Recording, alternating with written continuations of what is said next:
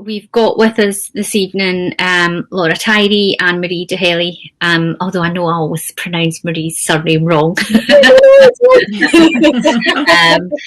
So I will ask Laura to introduce herself, and then we can move on to Marie, and then we will move on to the questions following on from that. Hi everyone. So as Lisa says, I'm Laura Tyrie. Current role is as HR manager for a company called IMV Imaging. Been kind of within an HR professional role for around about 15 years now, and dealing with graduate placements and wider graduate programmes for that whole time.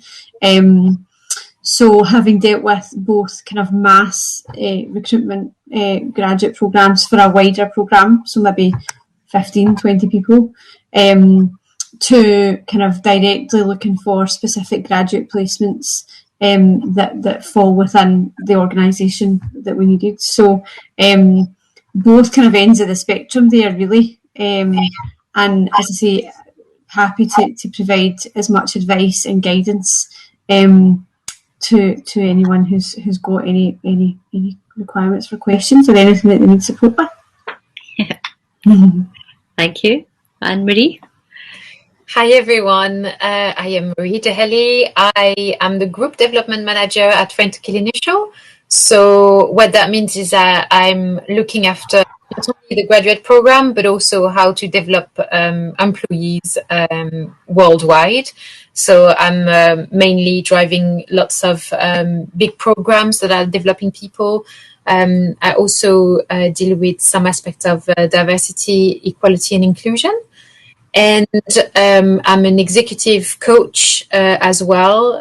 So that means that I'm dealing with a lot of issues that employees face, and I'm really liking this part of my job, being able to support. So just like Laura mentioned, we're here for you today, for you to ask you questions and help you succeed in your career ahead of you.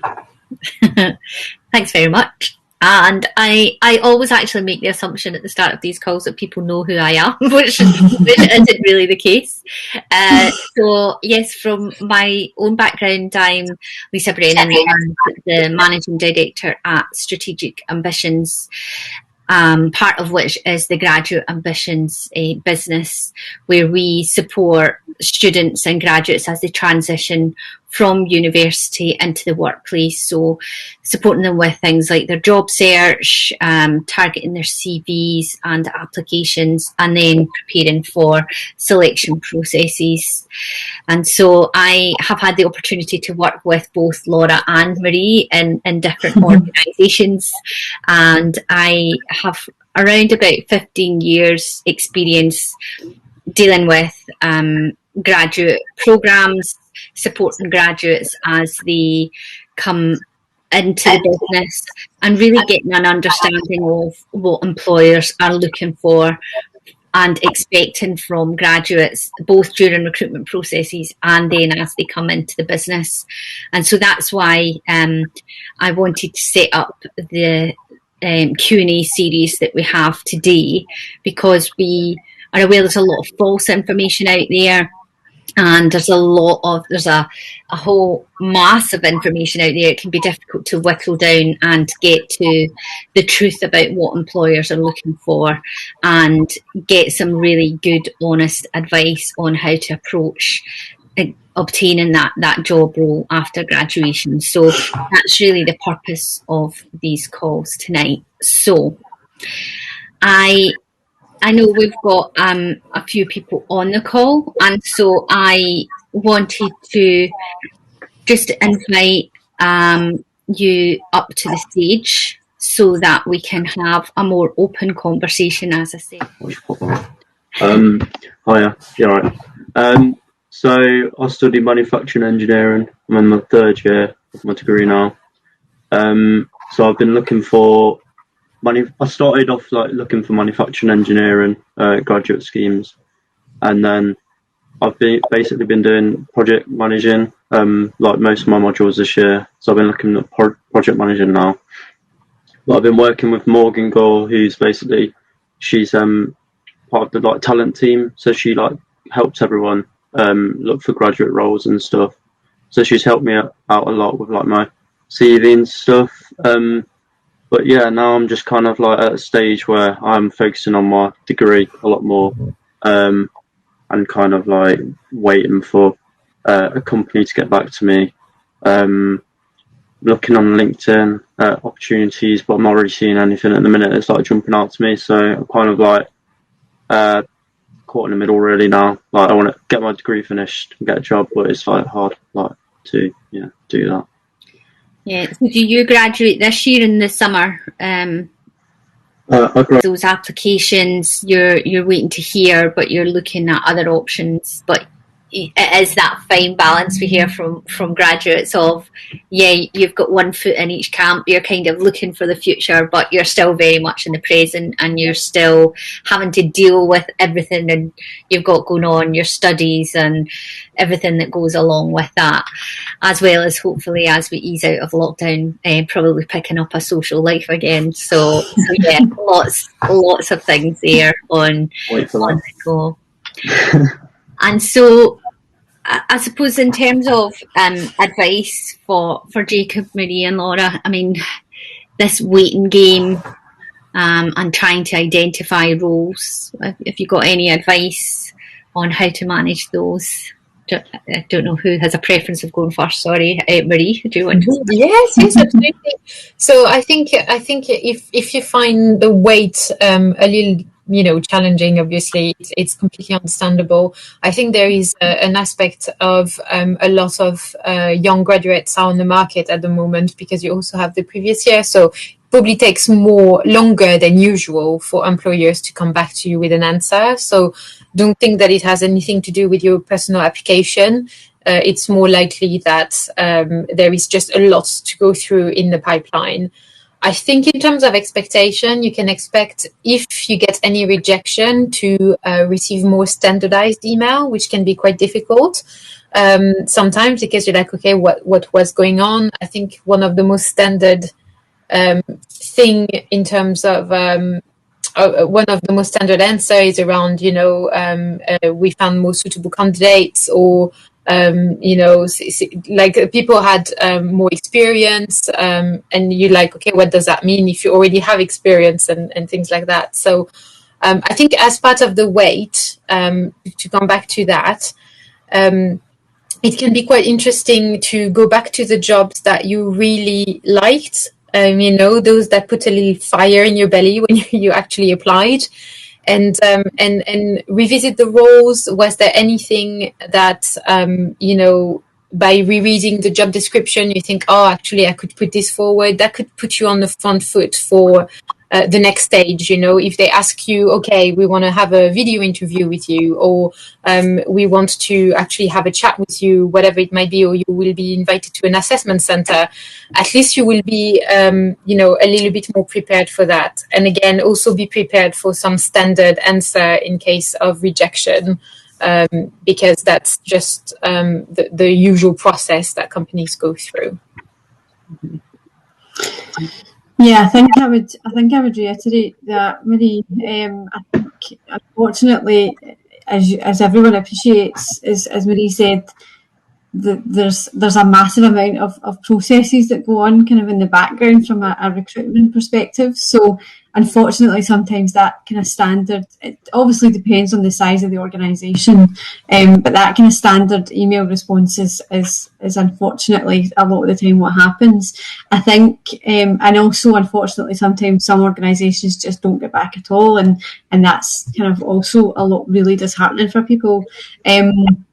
I think for me, the job role itself, so identifying what that as Marie says, what that kind of organisation gives you fire about and what it is that you want to join it for is key, and that will come across. If you're passionate about the organisation or the role, then that 100% will come across throughout an interview process, even if it is a kind of what I would call a mass interview process where you've got assessment centres.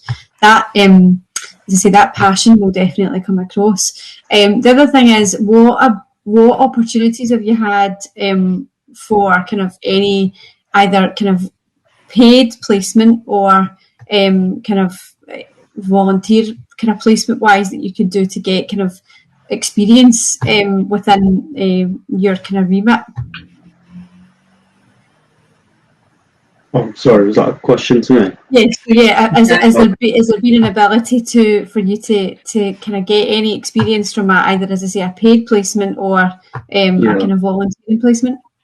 So, my dad's cousin owns like an engineering firm, which he's been telling me to, like, you know, come on, Jake, like, put your name forward. But I'm being a bit stubborn. Like, I do want to, like, do things my own way, and I do want, like, to basically get a grad scheme, and as soon as I can, really. But I should probably look at doing stuff like that now, because like I said, it would be beneficial.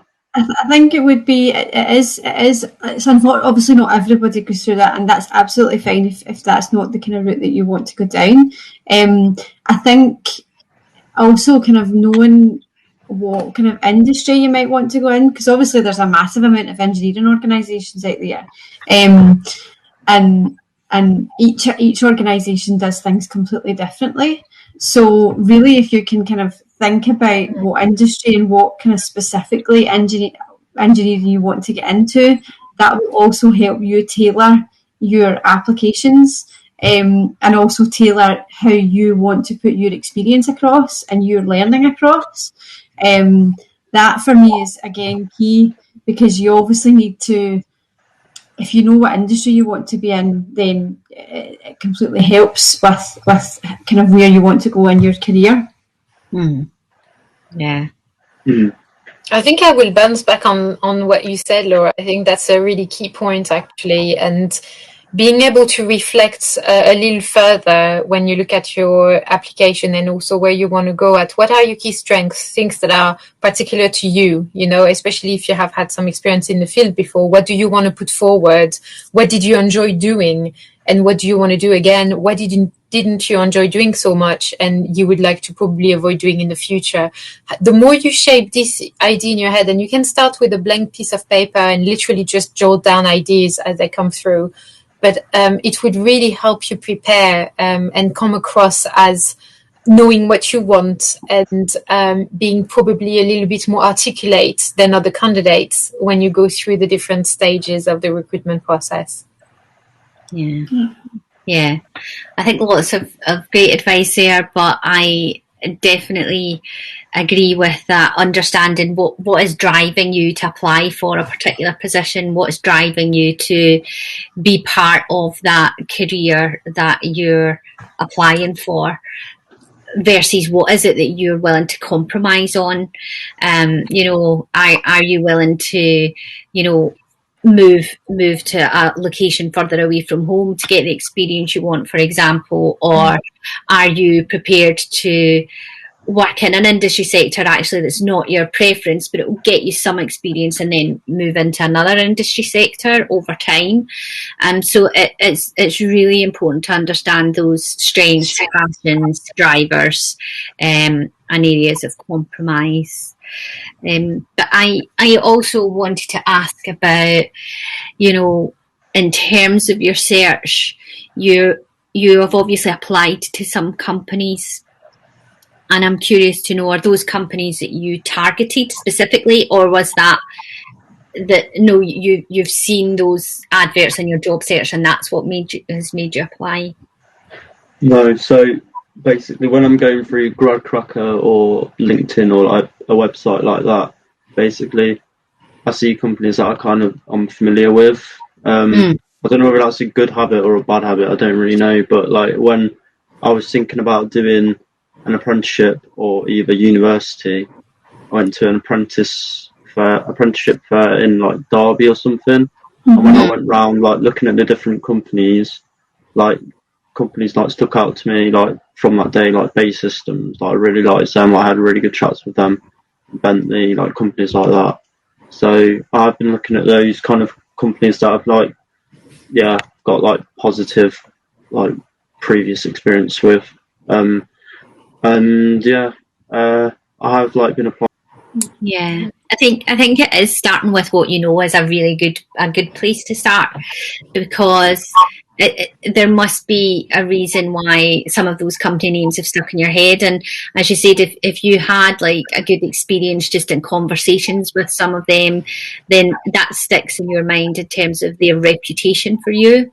And do you, I would also perhaps think about who are their competitors, or perhaps in that industry sector, who's the next level down, because that then gives you a wider kind of pool of organisations to think about, because you'll find that the brands that you know or are aware of are probably the brands that are spending money on their advertising and coming onto campuses.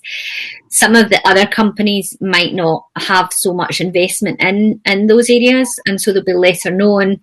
And not only will they have similar programs, sometimes actually those programs are better known because they're not just based on the brand, and also they tend to have less applicants, so it gives you a better chance of getting further into a process, or chance of being successful in obtaining a job with them, if you kind of look more broadly than this is the one company I know, then look around about that in terms of the sector. I don't know how helpful that is. Yeah, that's good. I've never thought of that really, looking at the competitors. So, but I've applied to about 15 now. I've had about 4 video interviews, and then 3 rejected, and then I'm waiting on 1. So, yeah, don't know if that's bad or. Well, I don't know. It's very standard to, you're bound to have lots of rejection in general, even if you were going, further later down in your career. It's you apply to different roles, and there are always those that close because of one reason or another. Maybe they have some internal candidates that they want to put forward. You never know the backstory.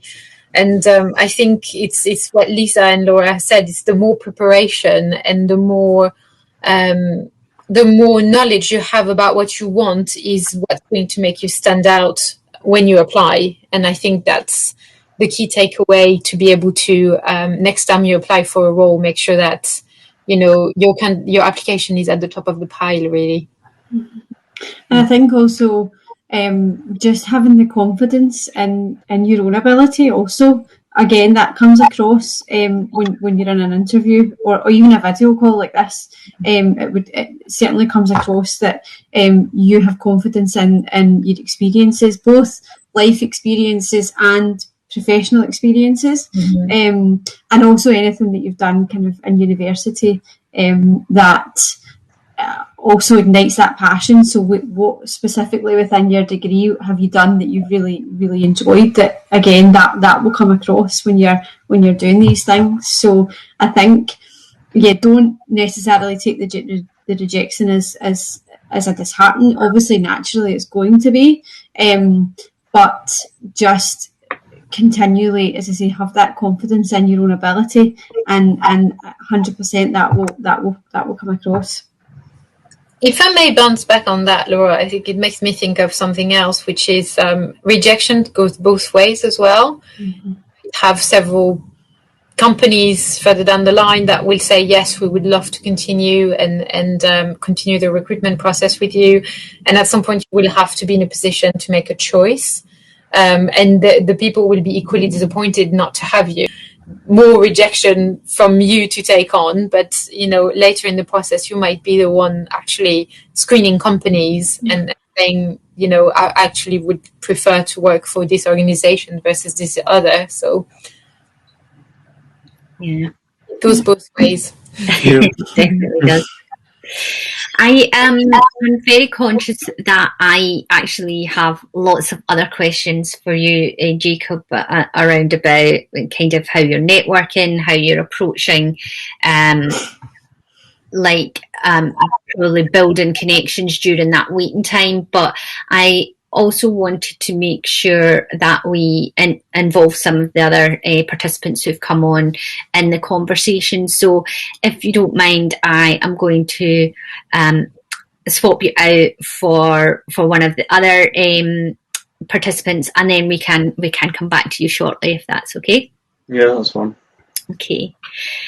So I can see from your chat that you are a law graduate, and you graduated in June last year, and you've been applying ever since, but finding it very difficult to find a job in the legal field. And actually, I have been working very closely with a couple of legal graduates who have been specifically looking for a training contract, of which these are like gold dust, more so even than just your typical graduate programs. And so I had asked Farnaz if it was a training contract he was looking for, because you need to undertake this training contract before you can then qualify as a solicitor. But what Farnaz has said is that he is actually looking for graduate programs, internships, vacation schemes, mostly anything really to get the experience that's there. So I will ask probably both of you, in terms of that position that Farnaz is in, you know, he'd been applying from 2020, like, you know, we're kind of 9 months on from when he graduated, probably started applying for jobs prior to that. So we're looking at a year of applications.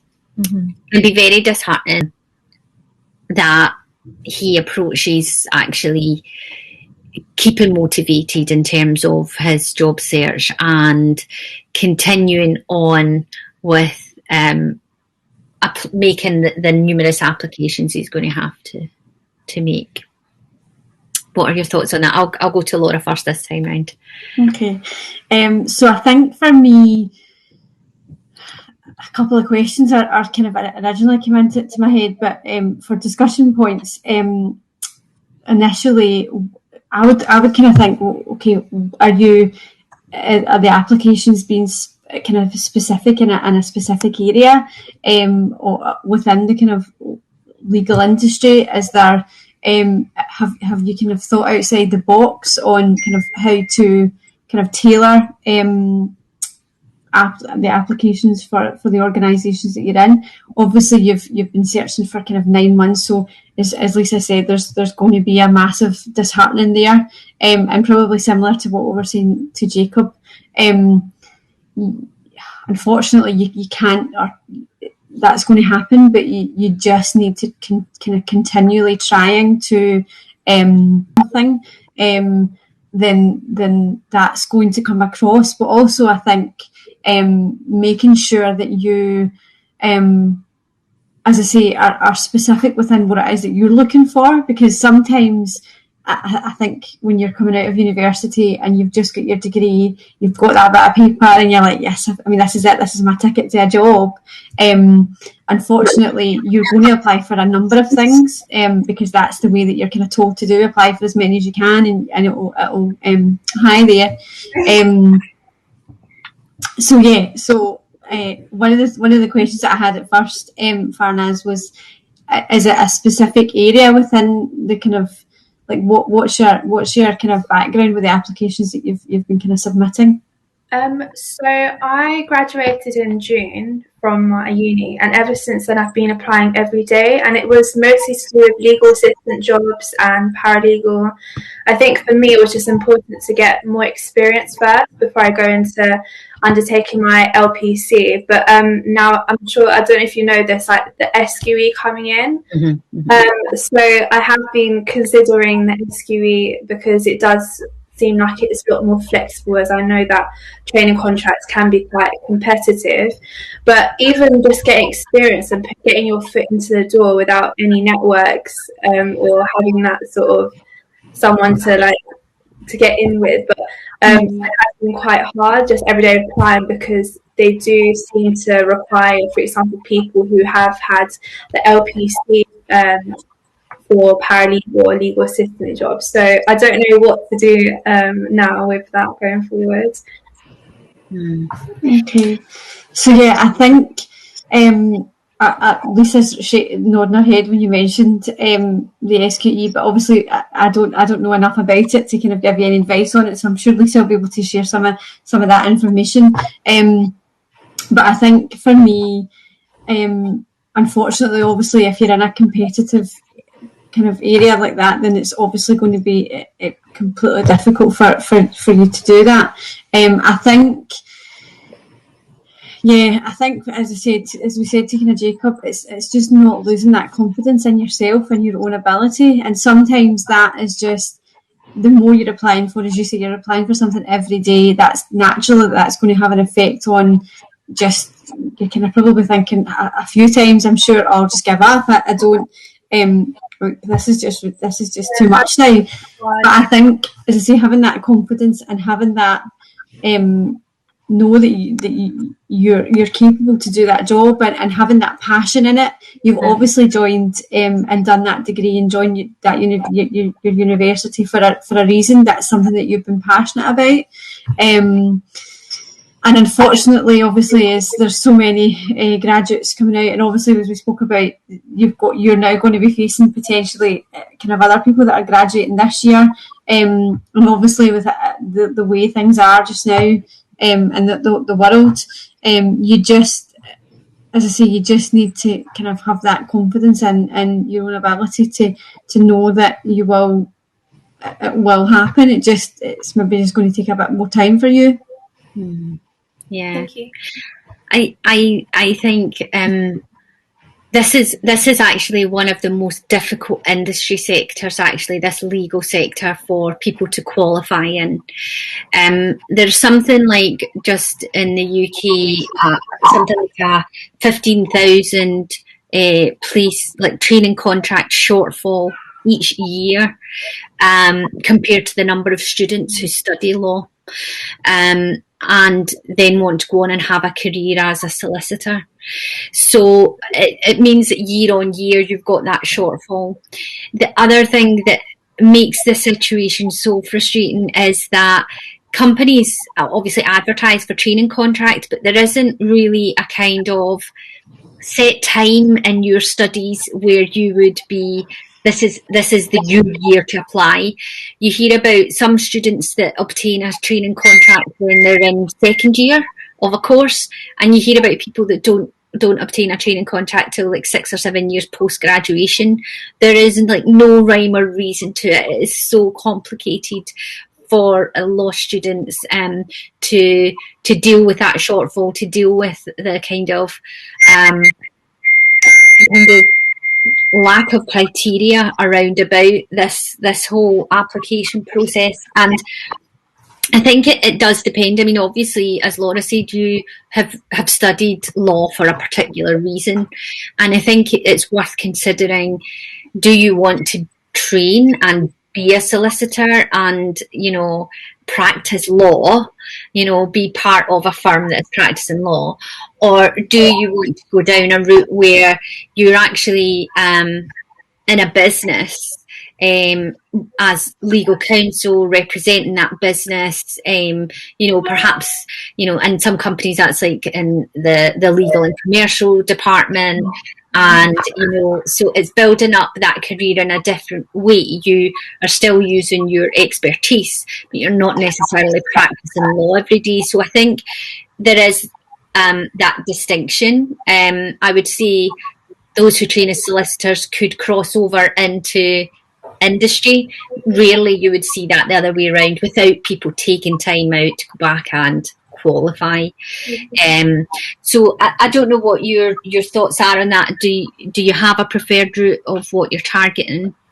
Yes, I've always had my eyes on becoming a solicitor, but obviously I'm open to options. I think the best way to find out is to get experience, to get some sort of work experience in a law firm, and then see. So because I am interested in commercial and corporate law and technology law, but the best way for me to find out if I want to go forward with it, that's why I took this year initially out to gain more experience before I invest so much money into the LPC, But of course, it hasn't been easy to even get the work experience because of how competitive it is. So I'm just trying to think, what can I do now before thinking of potentially doing the SQE or LPC in September.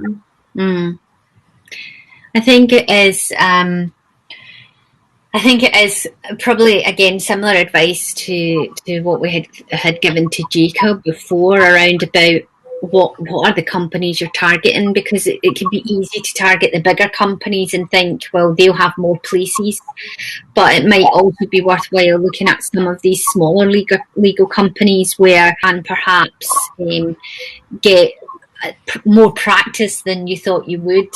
I am working with a law student. She's based in Dublin, and she was involved in a recent kind of landmark case in Irish law, and it was to do with their health system and a misdiagnosis, and it was a misdiagnosis in a number of women on cervical cancer. Not misdiagnosis, actually, untreated.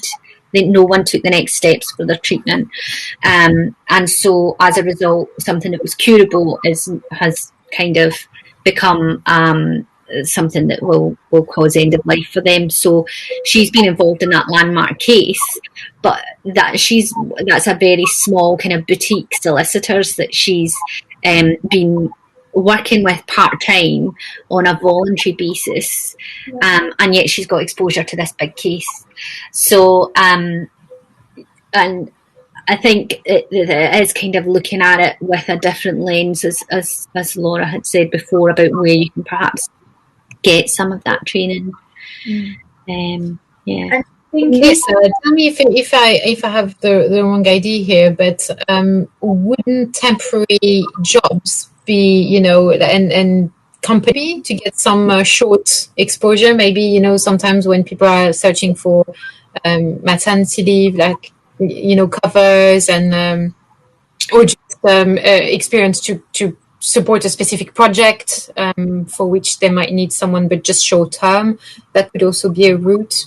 Potentially that would be interesting for you to explore, to get that exposure, first-hand exposure. Yeah, I think so, and I don't know if that's something you've seen on the market, but I would say probably from May onwards, you will start to see companies, they'll be recruiting more people. They'll be starting to set themselves up for post-COVID. Now, I know a lot of the legal side of things hasn't stopped, particularly when it comes to commercial law, employment law, etc. Things have been kind of ticking over, but you'll find there probably is still that backlog there, and it probably is a case that they might be looking for paralegals, even legal assistants. I know legal assistants aren't really the favoured position because you can kind of get stuck in that role.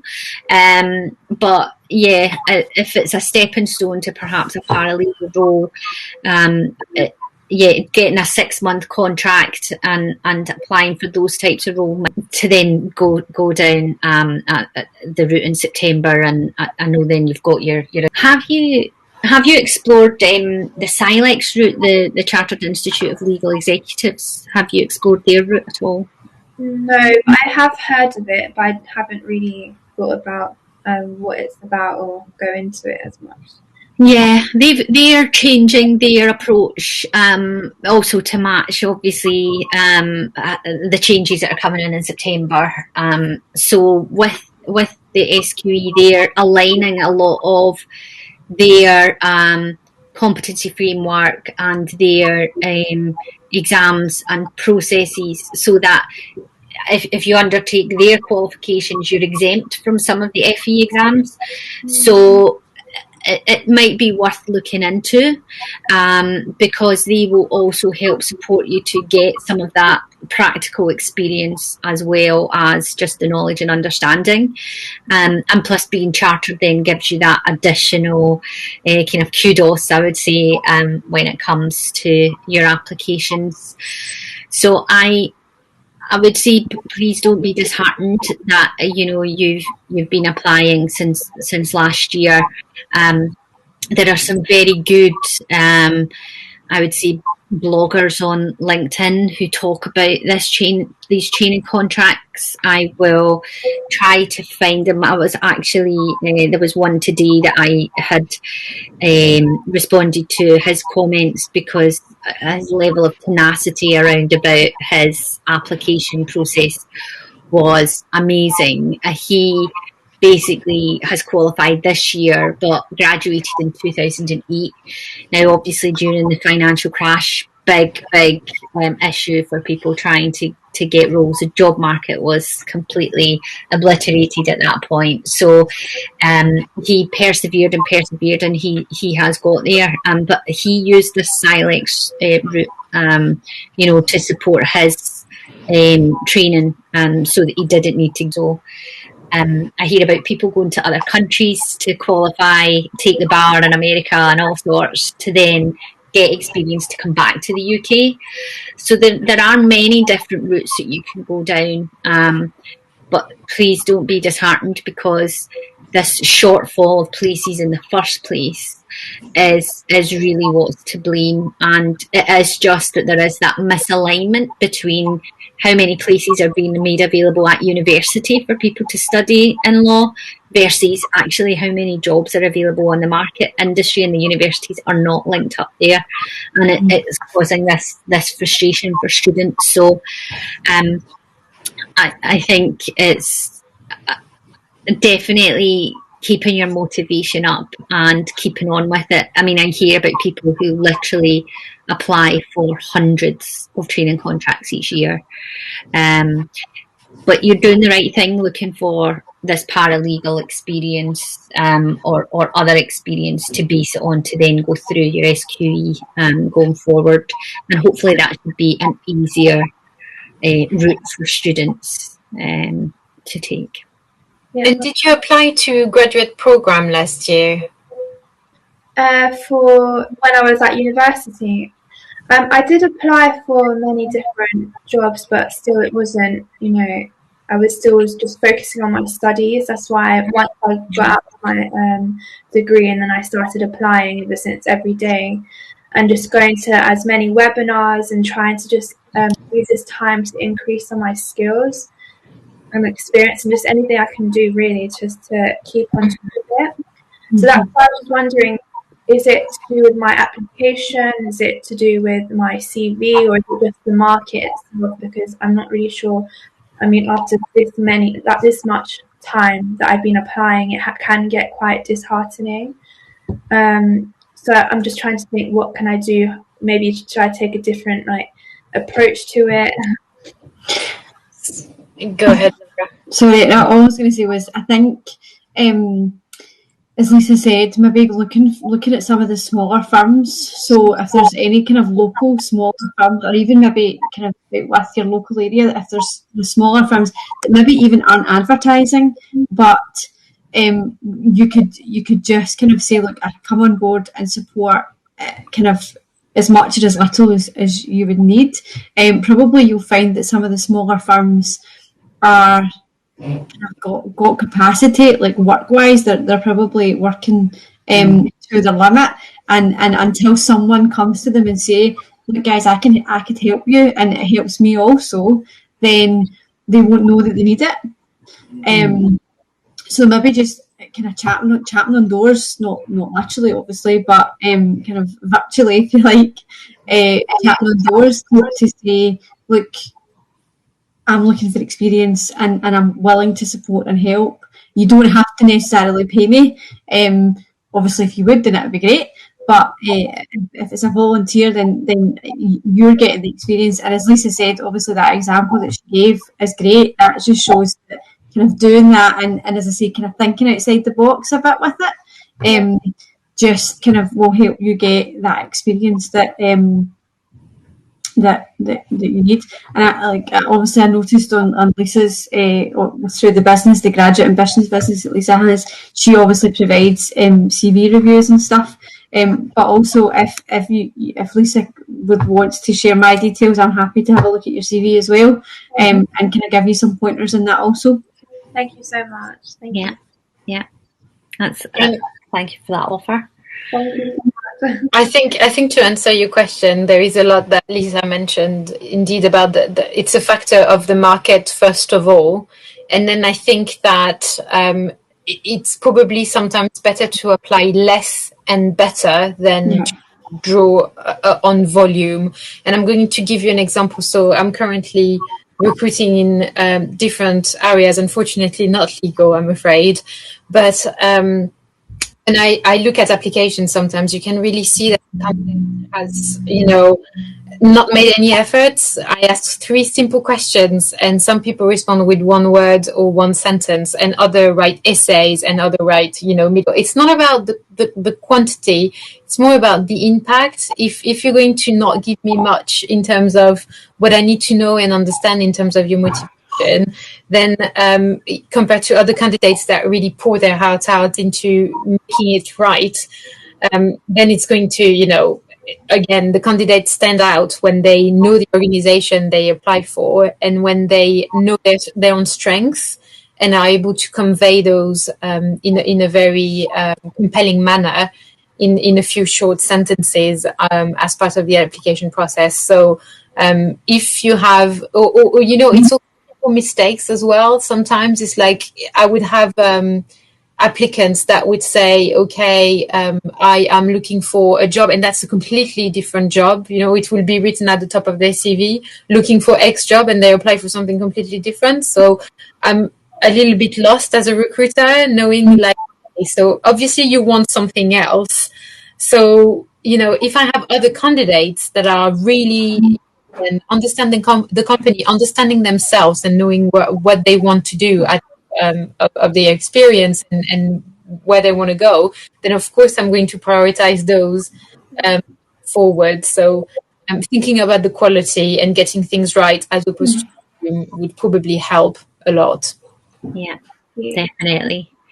That whole research piece is so critical for candidates and making sure that you are sending the right CV to the right company. So yeah. And before I move on to some of the other participants, Farnaz, a couple of things came into mind. Have you heard of a company called Studentier? I think so, but I don't remember. You might have seen their posts on LinkedIn. So Studentier are a company that have been set up by students for students on the back of COVID. It has actually become pretty huge in the last year, and it's because a lot of the opportunities for placements and building that experience were suddenly taken away, and it became very virtual. So the practical hands-on experience wasn't there. What they do is pair students up with voluntary organisation and charity bodies to volunteer with them to provide some of the services that they need. And a lot of that actually is in kind of functional or project management support. So the functions we would really consider are things like finance, legal, HR, marketing, all that kind of side of things. So it might be useful to get in touch with them to see what opportunities are there for volunteering. And now that might not necessarily be using your legal skills. It could be something like project management that will to use when you get into business. So that's an option. And another thing I thought of was the Kickstart scheme. I don't know if you've heard of that. Sorry, could you repeat, please? The Kickstart scheme? Yeah, I've heard of it. Again, I need to look into it. Thank you. Yeah. So it's that's the government scheme for trying to encourage businesses to offer placements for experience to young people aged 16 to 24. So when you have those situations where you've got especially small companies who couldn't normally afford to take on someone in a position, the government is funding that for them. So it's 6-month placements, 25 hours a week. The only kind of main criteria is that you have to be in receipt of universal credit. So you have to basically have signed on at the job centre. So if you're not working sign on and you will get exposure to some of these opportunities, and these could be with some of these smaller legal companies that we've kind of mentioned before. So you can be very clear on what the type of work is that you're looking for. Yes. Yeah. Thank you so much. You are welcome. I want to take some time to speak to Ines, who has been very patiently waiting in the background. Hi, Ines. Can you hear me? We can indeed. Thank you.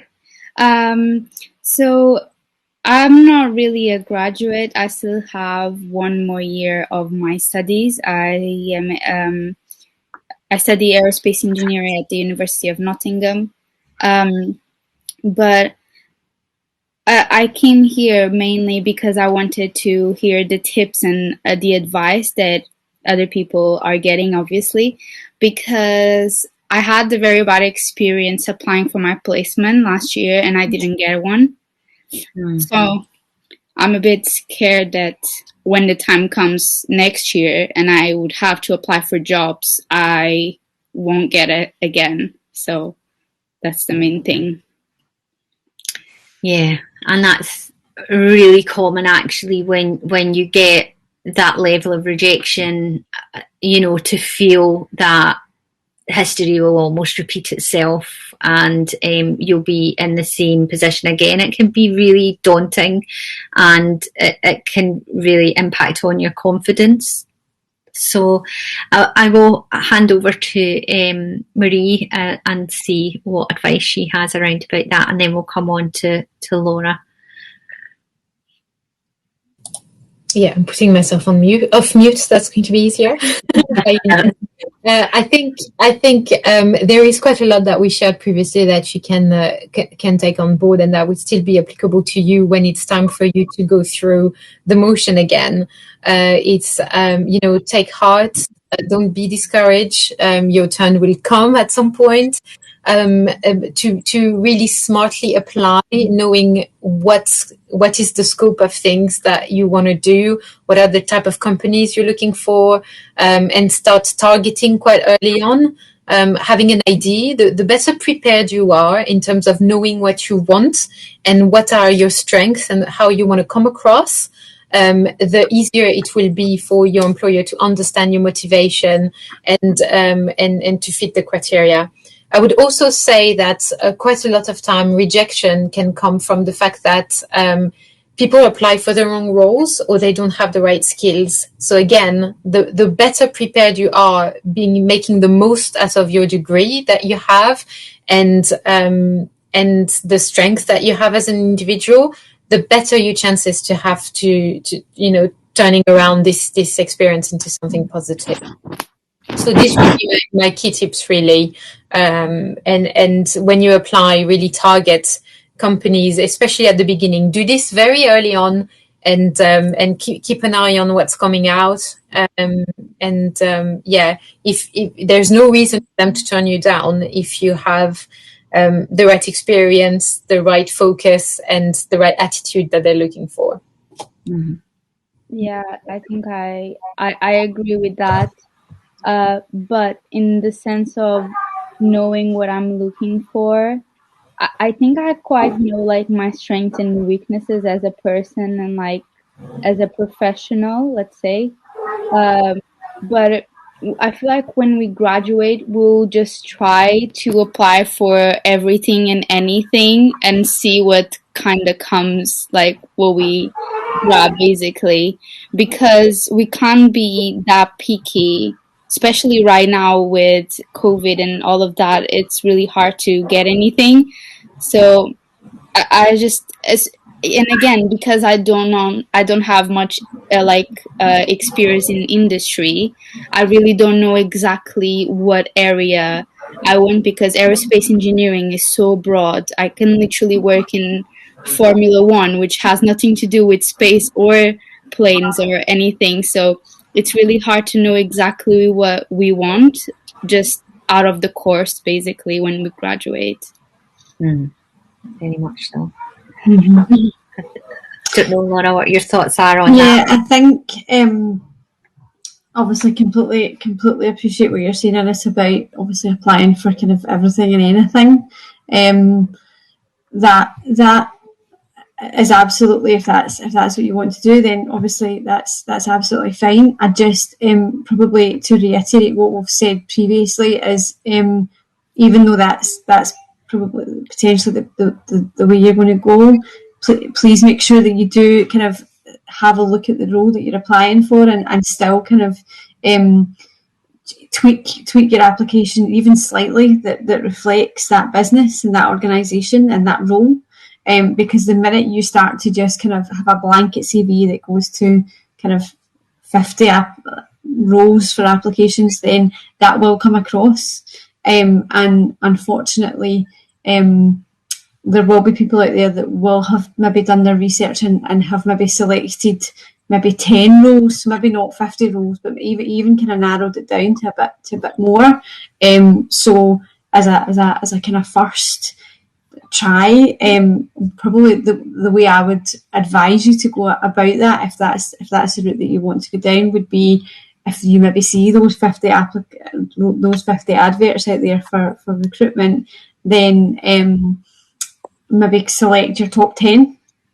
So what's the top 10 organisations that you would want to work for, and then kind of hit them first, and then kind of number the rest of them in an order, so that you can then say, okay, well, I've got feedback from those top 10 and their no's or rejections or whatever. I'm now going to rather than just kind of sending kind of 50 blanket emails to kind of standard with standard text and standard text in your CV. As I say, that will come across, and I think just being able to kind of set yourself above the par slightly is going to benefit you. Yeah. I agree also with that. I feel like after a few dozens of application, we just want to get it like done and over with, because they usually take so long as well. Most of it. But I also agree, and I will take that advice into account, that maybe taking into chunks will be less overwhelming when it comes to applying. So thank you very much. You're welcome. Yeah, I think actually, as you've still got a year to go, it really positions you well to start doing some of the networking aspect and building your connections, Ines, that can really help with people in companies to advocate for you in terms of opportunities that are available, or who might be part of future interview panels. And once they know you, what your interests are, etc., then they'll be more likely to say, yeah, I know her. So yeah, they're quite willing to support you in terms of the applications that you've made, and you know, as they're discussing who is going to be successful, be more willing to almost take a chance on you because you've had some interaction. So I would encourage you to, as you look at companies, start to connect in with people and reach out and ask, you know, can you go for a coffee with them, or have a virtual coffee with them at this point, or just get 15 minutes of time to ask them about careers in that industry sector, and helping you to know what you don't know about those companies that might interest you in applying. Don't know if that's something you've considered or not. It is. Obviously, networking is very important, but as you said, it's quite hard to do it right now. And even if we go to like those workshops, webinars, whatever you want to call it, or like that the companies organize even at unis, because it's online, it's very hard to interact with people, I think, in my opinion, because they're not seeing you, or even if they're seeing you, they're not like in person seeing you, if that makes sense. So it's just like having a conversation with them, and then they'll just move on to the next meeting and they'll never remember you, and it's just hard to make a difference or hard to make a stand, if that even makes sense. But yeah. I don't know about you, Laura, but I do think that you would be quite surprised at what people do remember. I especially if you follow up, like on LinkedIn, you know, drop them a message to say, oh, I was at this event and I saw you there, and thanks for your time if they presented, or ask them a question about a topic. So I think a lot of it is in how you also follow up with that relationship and connection, and make yourself more memorable to them. Because that is half of the battle. If somebody's got like 200 CVs to look and they go, I know her, that's easy for them. So that's why building these networks can be really advantageous. I don't know, Laura, if you've got anything else on that. No, I absolutely agree. I think, and even obviously not at the moment because a lot of organisations are working from home, but when things open back up again, and if there is maybe an organisation nearby or somewhere that you could go, even to kind of contact them and say, look guys, do you think it would be okay if I come in for a tour of the place and kind of what is it that you guys do, and just you would be surprised at the amount of organisations that would be willing to do that. So again, just reaching out and kind of saying, look, is there an ability for me to come in and spend a morning or even an hour or half an hour to kind of wander around the site or wander around the organisation to see what's going on.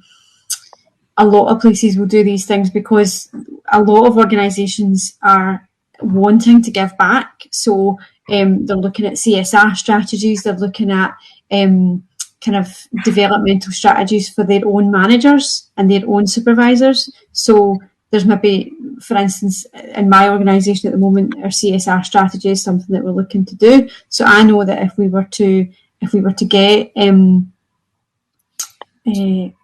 people requesting to come in, and when things can be done, if people were expecting to come in and look, can I have a look around, or can I find out a wee bit more about your organisation, we would definitely be saying, look, yeah, absolutely, yeah, come in and we'll have a chat with you, we'll have a coffee or whatever.